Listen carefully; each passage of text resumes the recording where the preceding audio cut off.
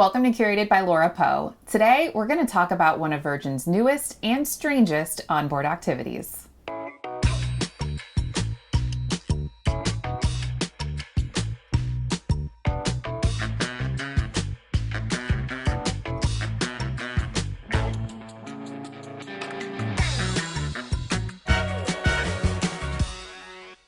Hi friends, I'm your host Laura Poe, and I curate all the need-to-know details so you can make the most of your travels.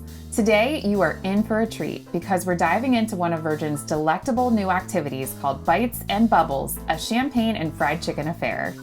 If you're a foodie and you enjoy champagne, this event will likely be worth the $45 price tag. Bites and Bubbles was hosted in the Test Kitchen, which was a perfect venue for a learning meets eating style activity. Each attendee had a station that was pre-prepared with 3 glasses of champagne, some crunchy crackers, and of course, some fried chicken.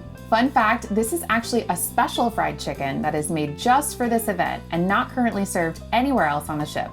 Our sommelier and event host François guided us through each of 3 champagne varieties we sampled and taught us about the history and complexity that makes each one unique. We started with Moët, which is one of the signature drinks on board Virgin Voyages. It has a bright, crisp, and slightly fruity taste. I was surprised to see our champagne served in a glass I would typically think of for white wine, but François taught us something interesting. A flute-style glass is really not ideal for drinking champagne, but people like to serve it this way because the narrow sides help keep the bubbles more active, which makes the champagne look more lively and interesting. Who knew? After the Moët, we moved on to Veuve Cliçquot, a more slightly elevated offering. More people preferred Veuve to Moët because it was smoother and a more full-bodied taste. François recommended taking a sip of champagne and leaving a little bit on your tongue before taking a bite of the fried chicken. The effervescence of the champagne bubbles is meant to complement the savory crunch of the fried chicken. This may sound odd, but the champagne really did bring out the delicious peppery and herb flavoring of the chicken. This event may have made me a little bit bougie because I can't imagine enjoying fried chicken any other way now. We saved the best champagne for last, Dom Pérignon. This one is special not only because it has the highest price tag of the 3, it also has the most complex aging process.